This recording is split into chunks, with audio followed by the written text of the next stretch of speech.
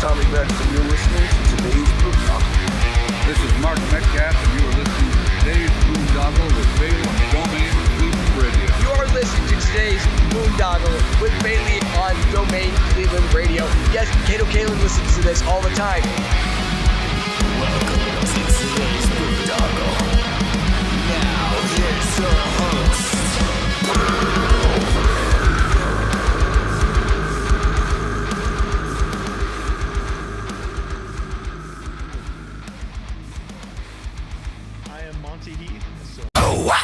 Incarceration, America's rock, metal, and tattoo festival returns this summer with Limp Bizkit,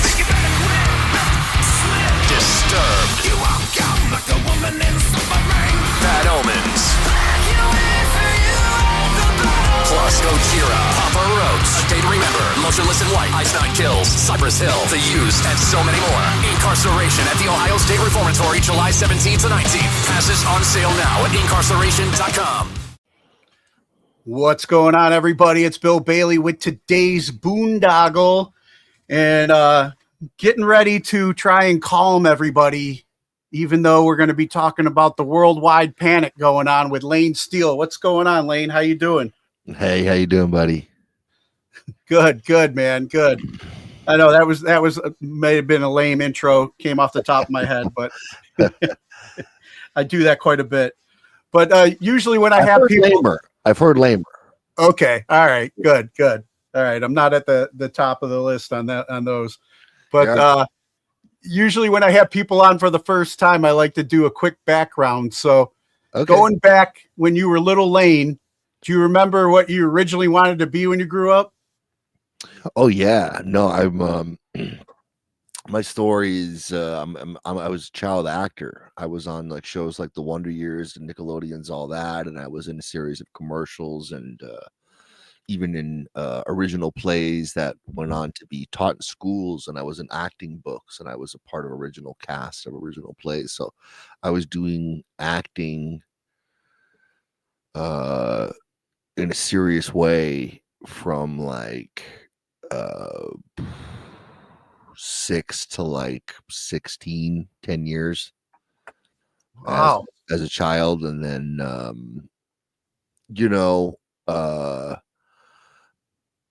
it's something I'm still very passionate about. I just don't like, I'm with a couple casting companies right now, and I just basically do acting, like background, like maybe a couple words here and there, but I'm not even a part of SAG at this point.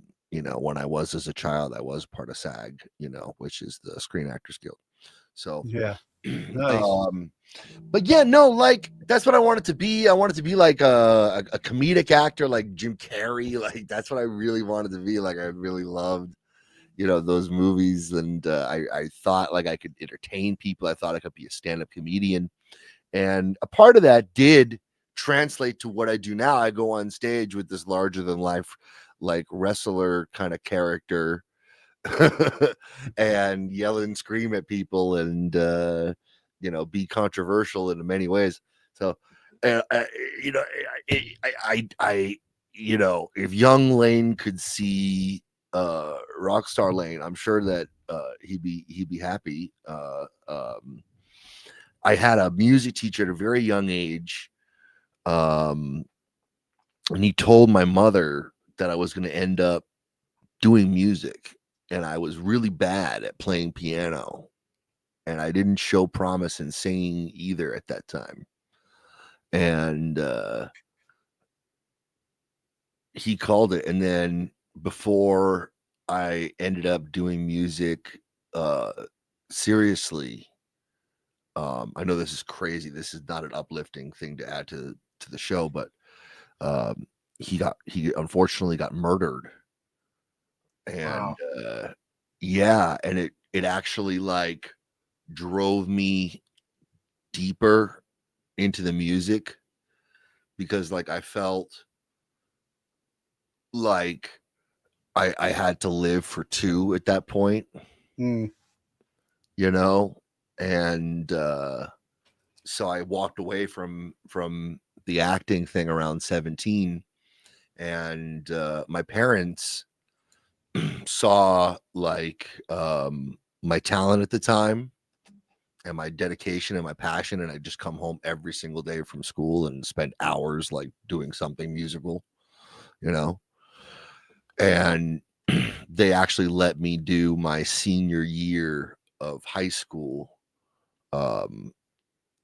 from homeschooling, and I was just taking bass lessons. I was taking vocal lessons, and my goal was to get accepted to Musicians Institute in Hollywood, and that's where I have 2 degrees from, and that's where I started my first band, and the rest is history. Yeah. So, And what was I mean, from child actor, and like you said, you had the music coach, but what were some of your influences to start performing in music? What do you mean by that, buddy? I want to answer that correctly. Well, like who were you listening to back then where you're like, okay, that's something else I could see myself doing, you know? Right. So this is like another tragic tale. The whole thing is like violins all over the place. I got sent to one of those emotional growth boarding schools, and it was like really fucked up in like many ways. And the only thing I had was like printing out lyrics and like singing them in the shower without music.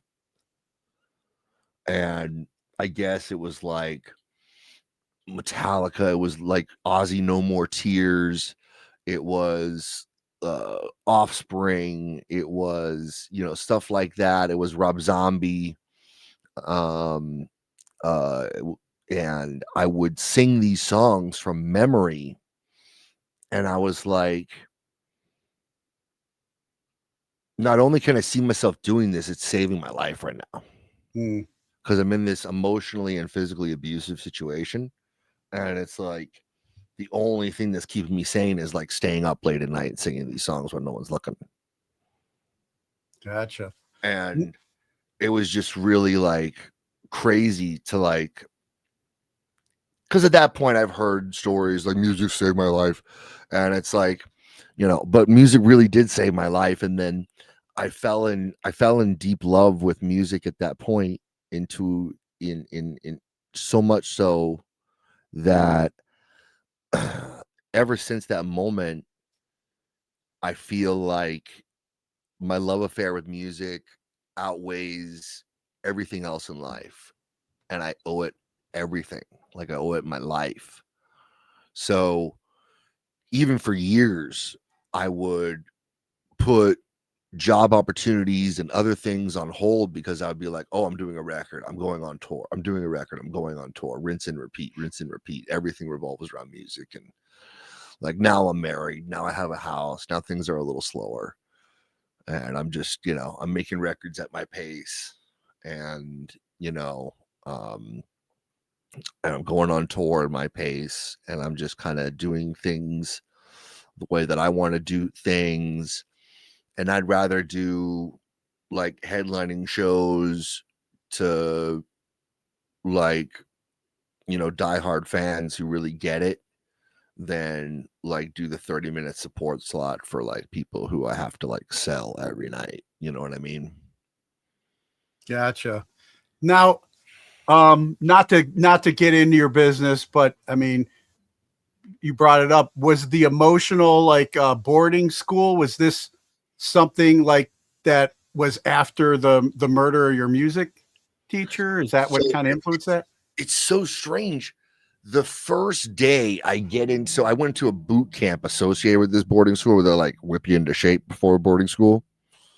And like the first day I get to this boarding school, and I'm going to be there from like 16 to 18. So I'm supposed to be there for 2 years. I was only there for 9 months, thank God. But the first fucking day I get there, I get sent to the office or whatever. And my parents on the phone, they're crying.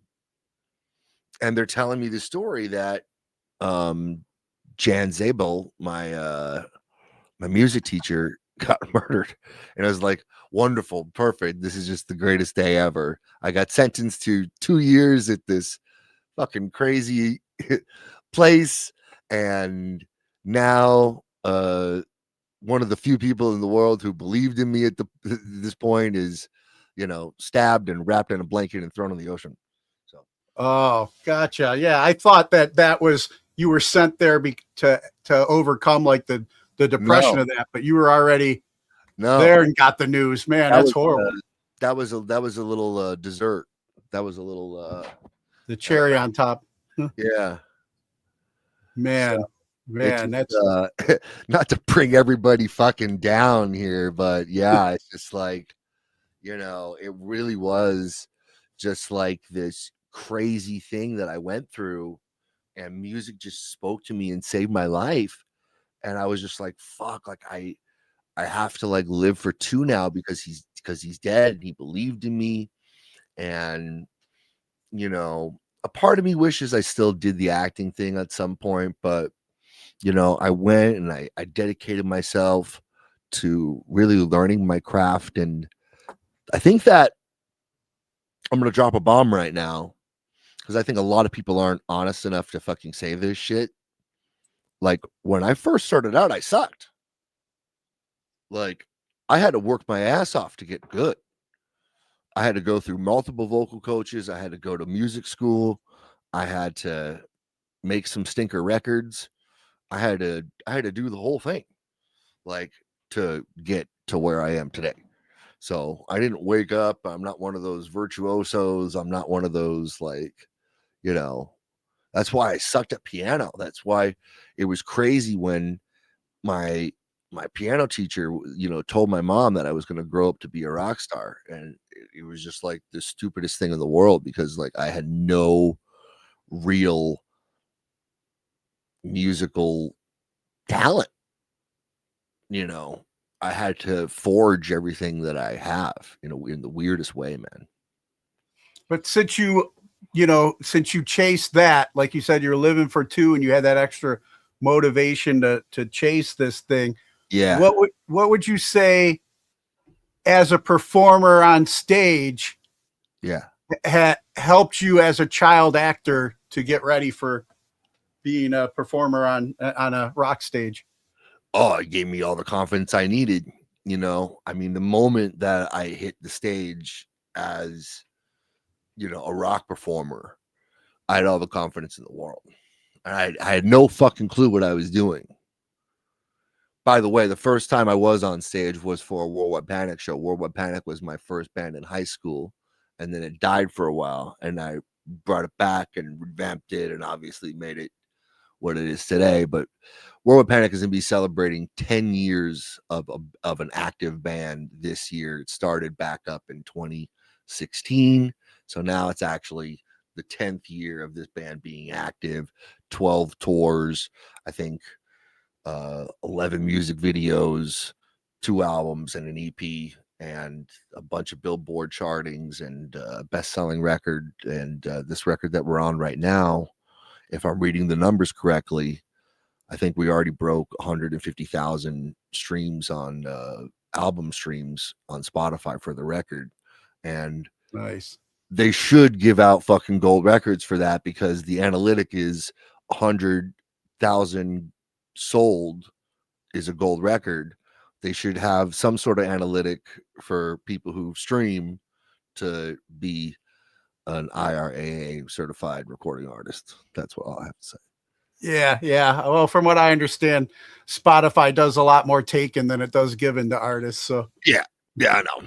that seems to be the business model for them.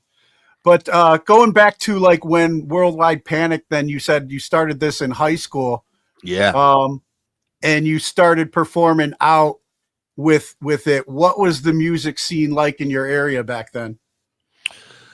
Well, it was Orange County in the early 2000s.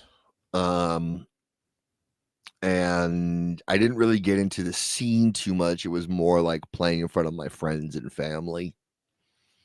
It wasn't until my 20s that I got into the scene in Hollywood when I went to Musicians Institute and started getting another band in place that I had a little bit more, let's say, autonomy with.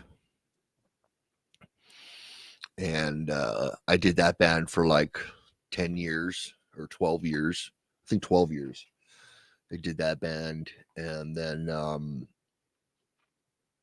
I was just drunk and on drugs. Like it was a fucking mess. Like, and I kept like, you know, getting in trouble, and I kept, you know, doing this and that, and I kept fucking up opportunities, and I fucking got a felony DUI before a tour with Slayer, and I have to live with that for the rest of my life, that I fucked up a Slayer tour. Yeah, I mean, live with that. Yeah. Live with that. You know, and it was just, I couldn't leave the state.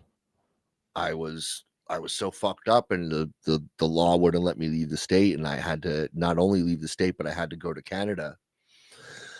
And Canada's tish on letting people in with any felony, you know, with DUI, especially.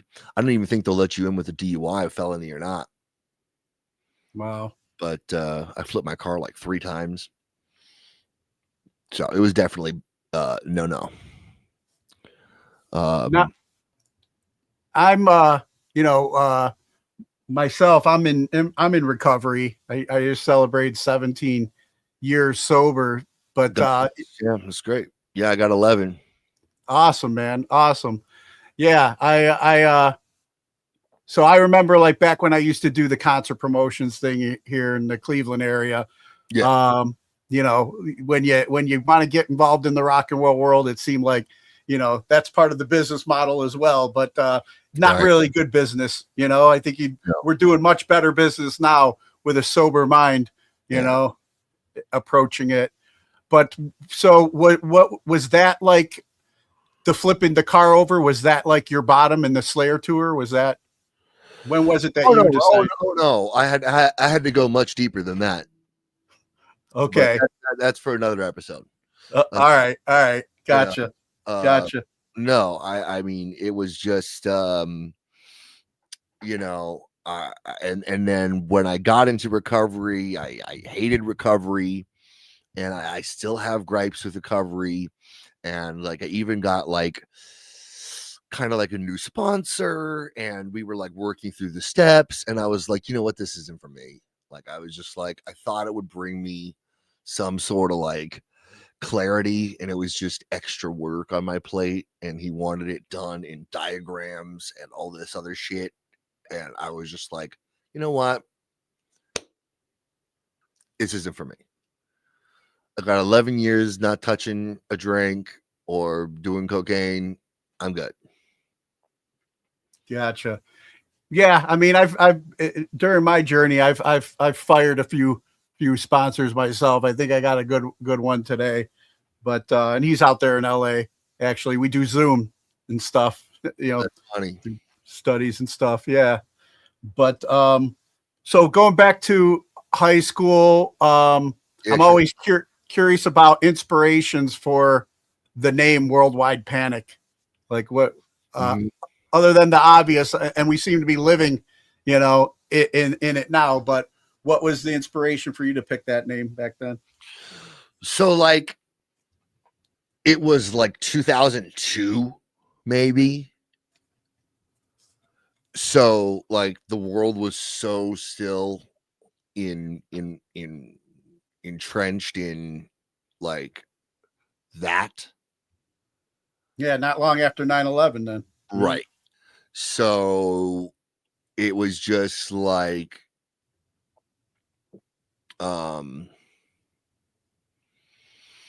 it was a great name. And then a lot of the people were kind of hesitant on the name.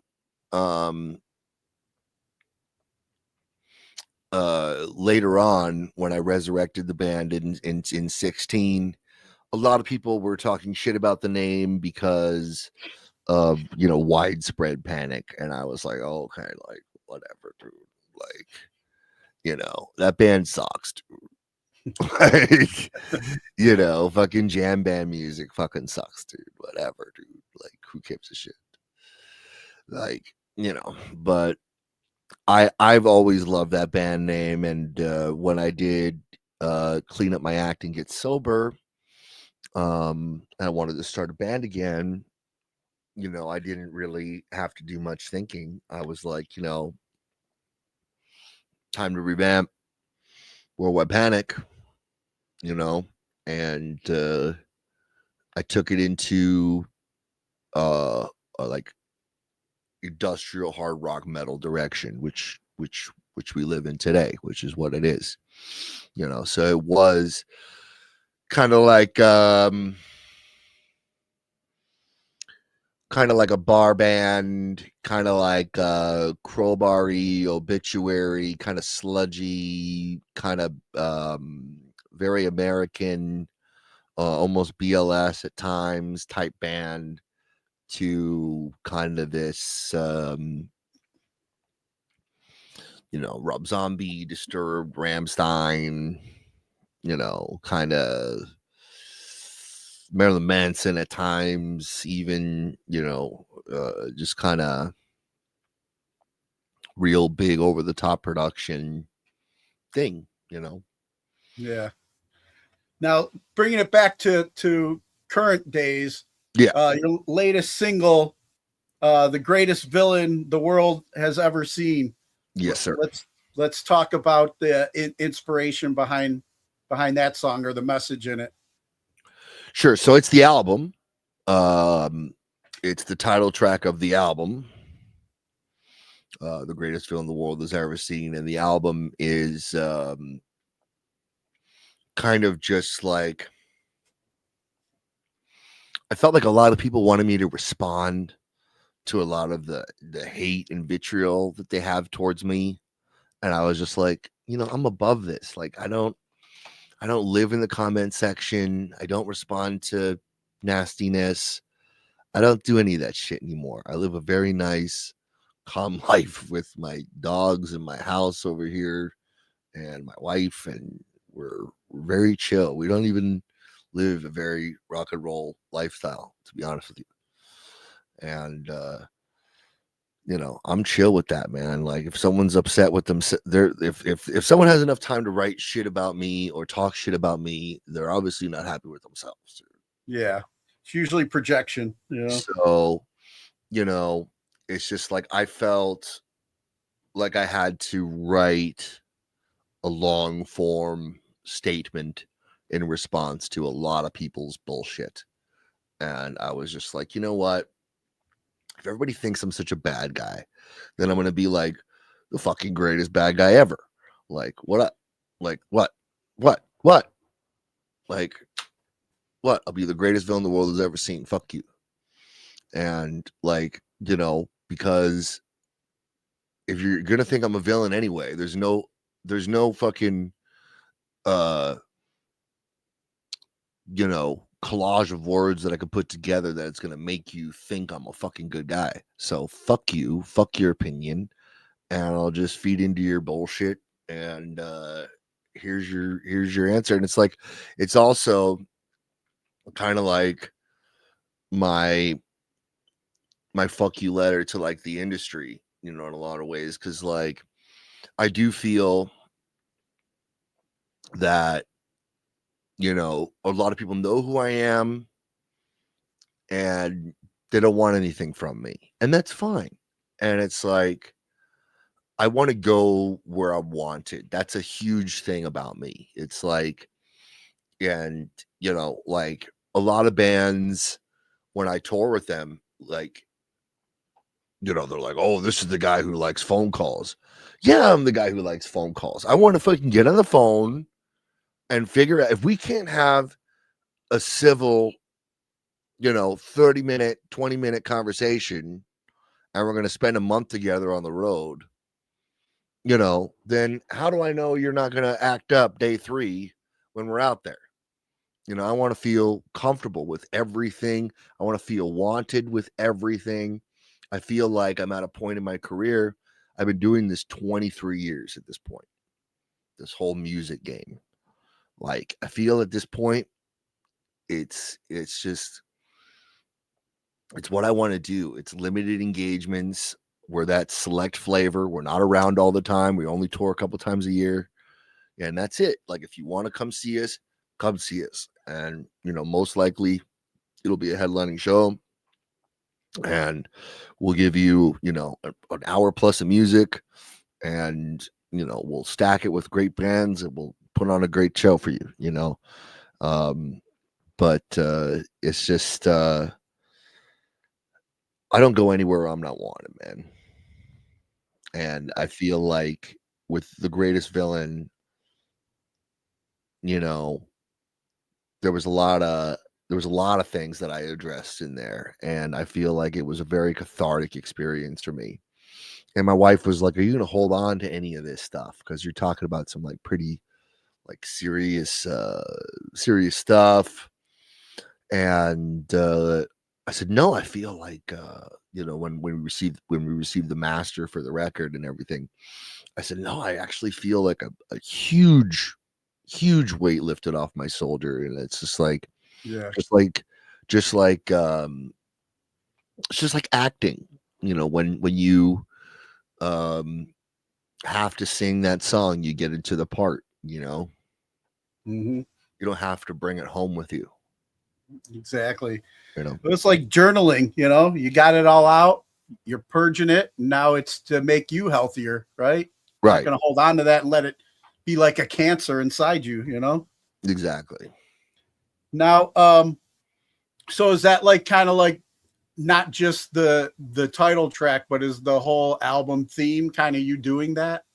The whole album theme is that it's addressing ex band members, it's addressing ex producers, it's addressing allegations, it's addressing haters, it's addressing family members, it's addressing it goes down the list, and we just do the whole thing.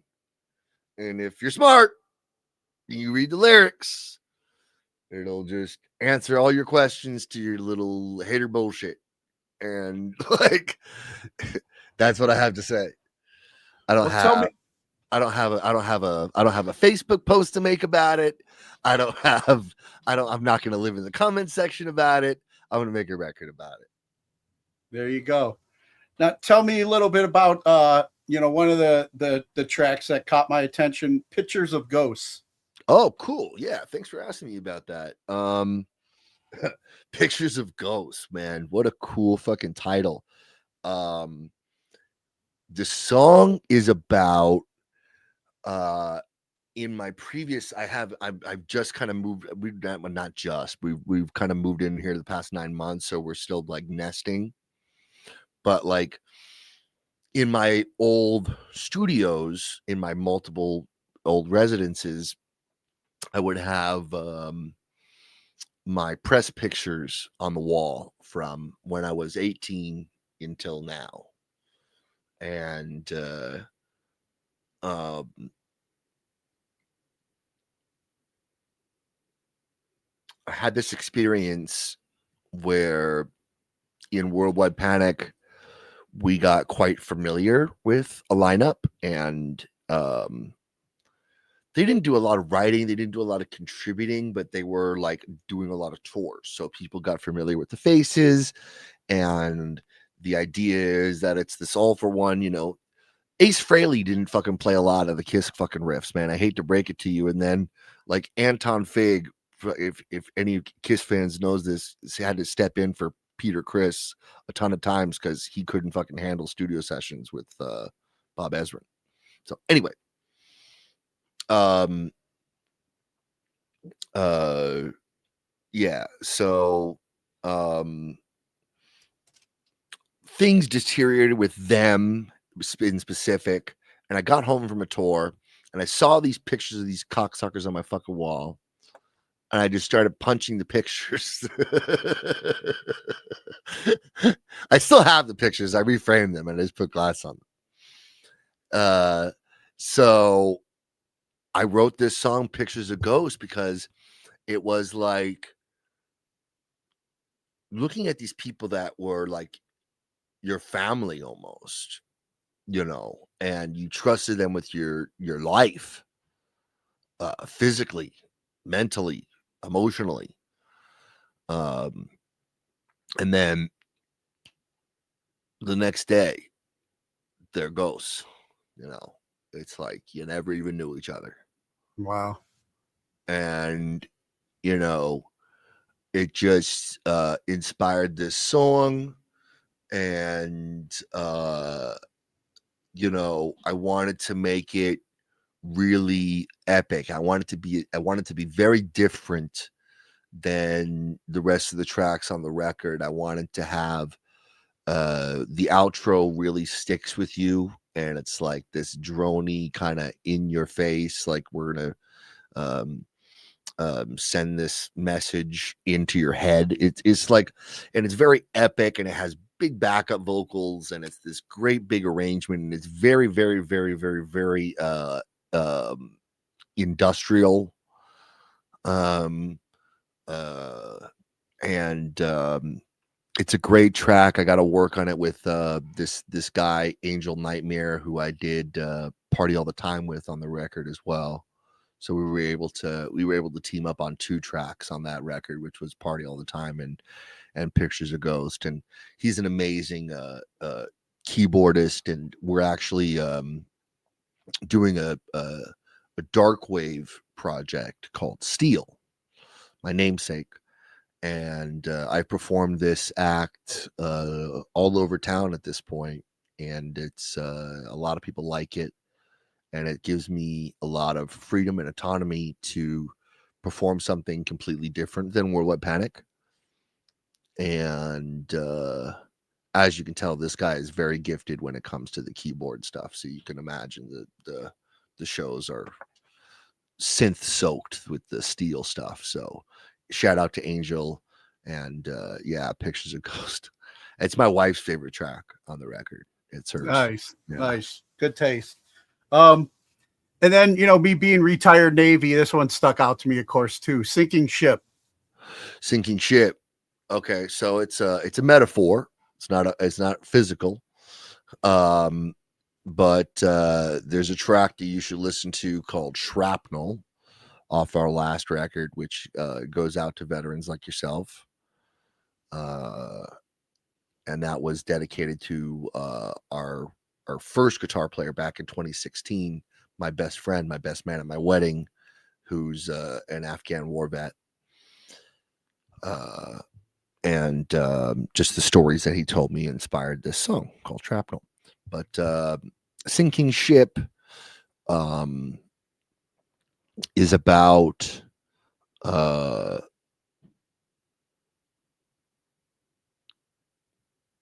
you see somebody going down, you see somebody like in self-destruct mode, and you want to, you know, get off the ship. You know what I mean? Yeah. You know, and it's like, I think the lyric is, you're on a sinking ship, you're going down with it, you know, and you know, it's like you're the captain, you're going down with it. Like that's your deal. If you're gonna live your life like a mess, it's your deal. And I actually wrote it about a famous friend of mine, and I'm not going to say who, because he's still a friend of mine. And you'll be happy to know that he actually turned his life around and got sober, and I don't think he's on that much of a sinking ship anymore. Nice. Yeah. Yeah, and the thing is too, like you said, I mean, you know, we're no help. We can't let these people pull us down with them. We can't help others unless we look out for ourselves and take care of ourselves too. It's like a plane going down. You got to put the mask on yourself before you put the mask on the person next to you, you know? Oh yeah. That's what they teach you. Yep. And then, you know, I've had a lot of artists that I've had on here who've worked with this gentleman as well. You want to share a little bit about your experience working with Bob Marlette? God, dude, you know, that was a life-changing experience for me. I've been in the studio with big producers before, man, but he took me in. He made me feel very at ease. He just has this way about him. I can't explain it. It's like swagger or something. He just I didn't feel like I was under the gun in some multi-million-dollar situation where we were on some sort of fictitious time clock. I felt like I was right at home with him and his family. They treated me and my wife and my bandmates excellent. His son is so talented. His wife is so talented. They did so much work. His wife, especially vocal producing the song, and it's amazing what they have set up there. So he has his studio in his house, very nice space, and then underground he's running cables to a shed that has all the amplifiers and bass and cabs and guitar cabs and all that different stuff. So it's literally running underground to this shed that has all this guitar. Oh my god, he's got it figured out, man. And he's just I think he just turned 70. And he's still doing it, man. He's just doing it on his own terms, and he's just smoking his cigars, sitting by his pool. And I have so much affection for Bob and his family. I think that they're fantastic. And working with him, we were supposed to do the whole record with him, but to be honest, it was just going to take way too long because it was fitting it into his schedule, and it was piecemealing what I could afford, and I couldn't do it. I just had to get it done. I had to get it done my way, and that's where Zeus came in, and it was funny. I was in the studio with Bob, and because we were working it out the whole time. Like, even if he's not gonna do the whole record, he was still down to kind of play the role of almost like executive producer and like help me out. And at that point, like, I already worked with Zeus because he mastered the self-titled Worldwide Panic record in 2023. And then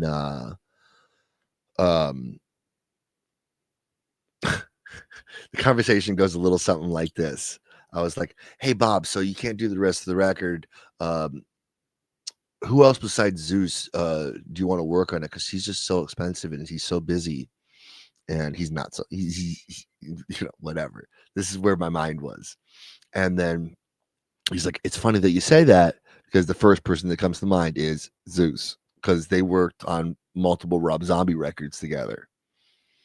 And so those two know each other. They're in cahoots." Yeah. So, I followed Bob's blessing. He gave blessing to Zeus to do the rest, and that's exactly what we did.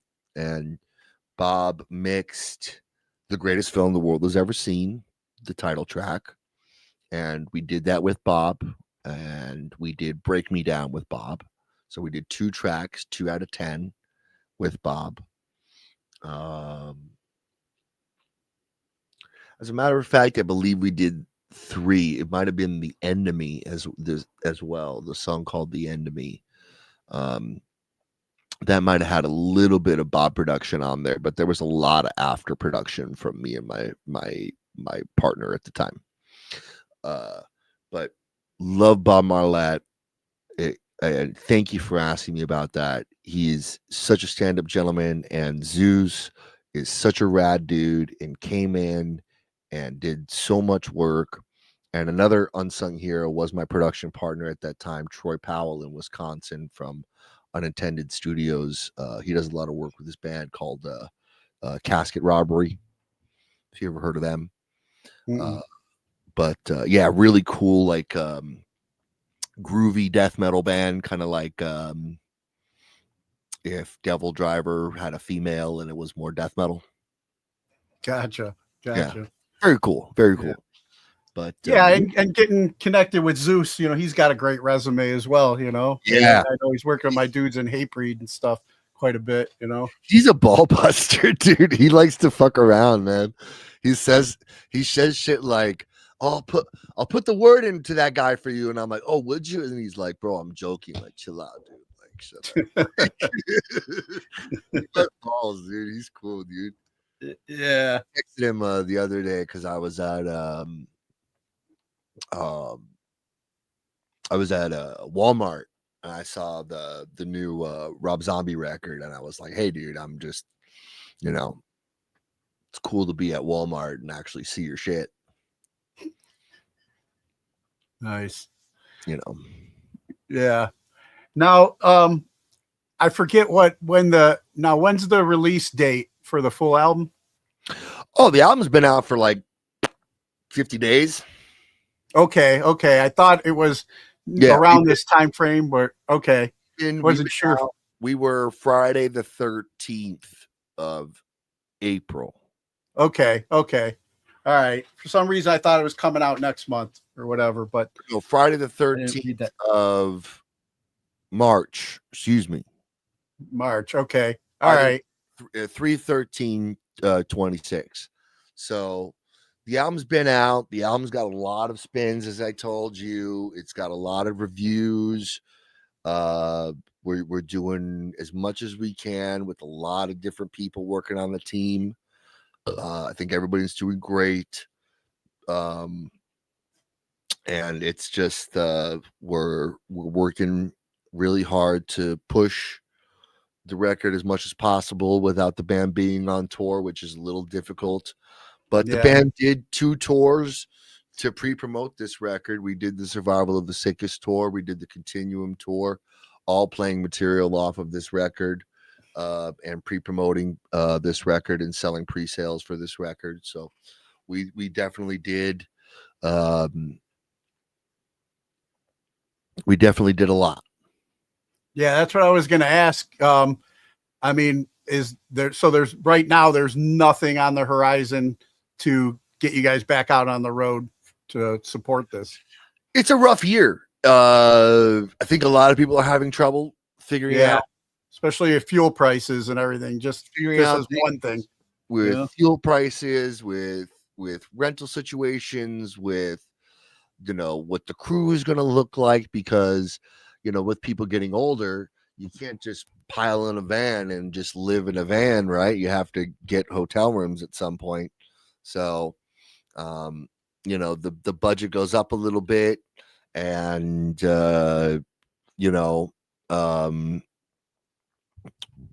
we are looking to do, like, as I said, like headlining shows, most of the time. So that puts a lot of pressure on us to,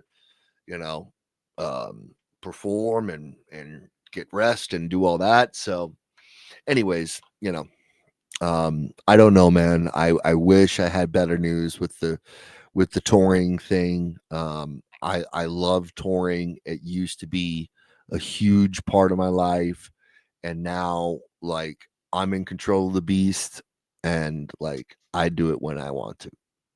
Yeah. I know a lot of bands have been doing, because of the cost of touring, but they'll like to get on like one of those like Danny Wimmer festivals or something, Yeah, well, that's a popularity contest as well too. You gotta butter up to the right people for that.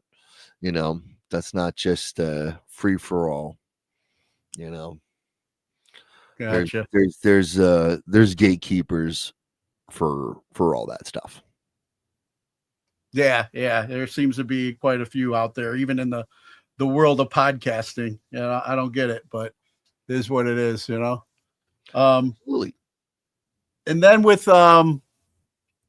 before we get ready to wrap up, I want to ask you a couple questions that I normally ask my guests that I have on here. Sure. We talked a little bit about some of the influences, like when you're back in boarding school, some of your early musical influences. Yeah. But who are like your top 3 artists that you're listening to today? Okay, so I just narrowed it down to my top 5 favorite bands of all time. Is where I go with this. Is like in no sequential order. So it's like Rammstein, 80s Kiss Unmasked.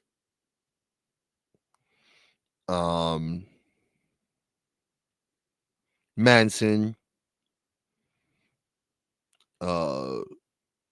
Korn, and then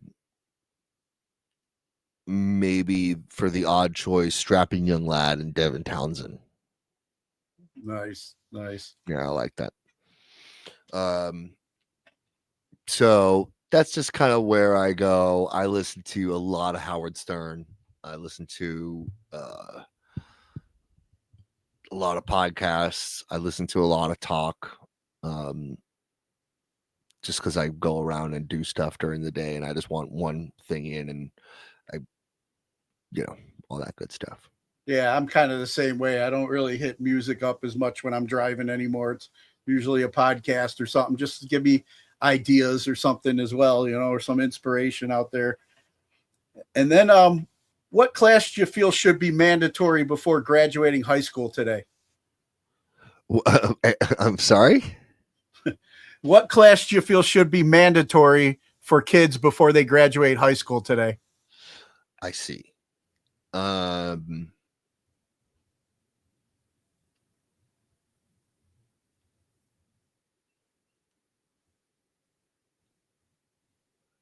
You should teach kids economics, real life economics.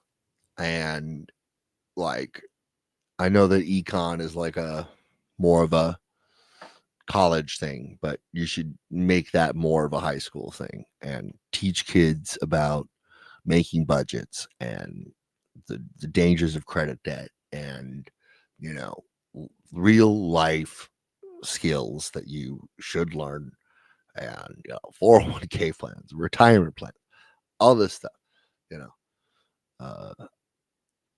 all that. Yeah, that's the number one answer I usually get. That and like taxes, And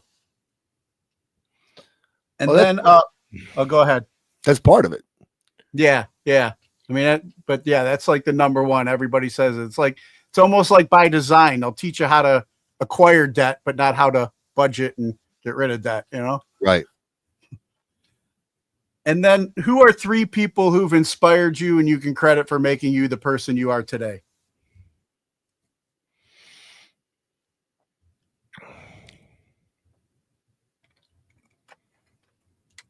First that comes to mind is my grandmother that passed. She was just very, very hands-on.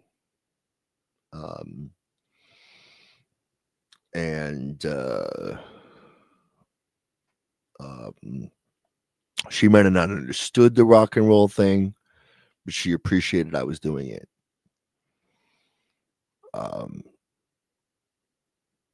And then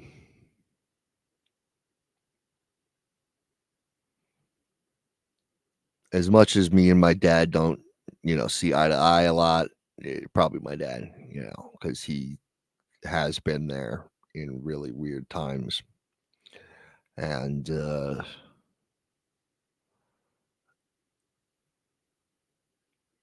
probably Howard Stern. Nice. I'm fascinated with Howard Stern. Nice. And then any message you have for our military members currently serving overseas? Oh, thank you for your service, guys.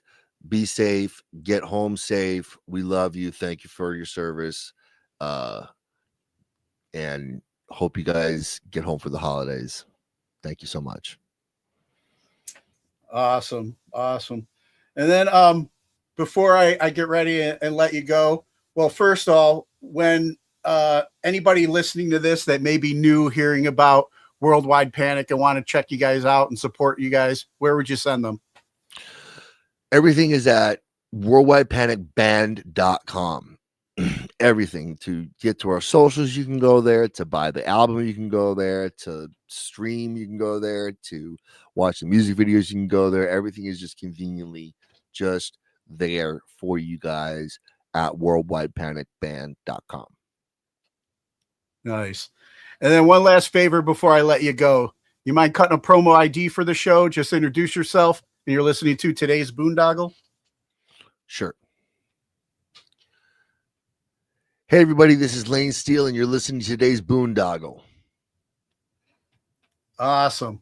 Lane, man, thank you so much for your time, dude. It was good talking with you. Hopefully at some point you guys make it out to Cleveland, Ohio, so I can check it out in person. We were at Cleveland, Ohio, in the Agora with Mushroom Head in 2019. That was wonderful. Love that. Is that the Halloween show? It was not the Halloween show. No, we were on tour. Oh, okay. All right. Yeah, they do an annual like Halloween show that's pretty big at the Agora. Yeah. And then I'm a huge Chimera fan as well. So I've been meaning to like go to one of those Agora fucking Chimera shows, but like I'm like telling the wife, like, we should go to Cleveland and see this band Chimera, and she's like, who? she's 10 years younger than me, so she's like, Cleveland. Yeah, Cleveland. Exactly. No, Jimmy is a good friend of mine. He's my barber. He runs a barber shop. Jimmy from Chimera. Oh, he's your barber. Okay, I've seen him cut hair before on video. Yeah. So those are good dudes too. So yeah, if you can make it out for one of those, man, definitely check it out. I'll try. Anyway, good talk with you, man. Yeah, likewise, buddy. Take care. Appreciate it. Thank you for your time. All right. Listen up. Hold on to your seats. Grab your girls. Grab your beers. Hey everybody, this is Charlie from Anthrax, and you are listening to today's Boondoggle. This is Mark Metcalf, and you are listening to today's Boondoggle with Bailey on Domain Cleveland Radio. You are listening to today's Boondoggle with Bailey on Domain Cleveland Radio. Yes, Kato Kalin listens to this all the time. Welcome to today's Boondoggle. Now, here's your host.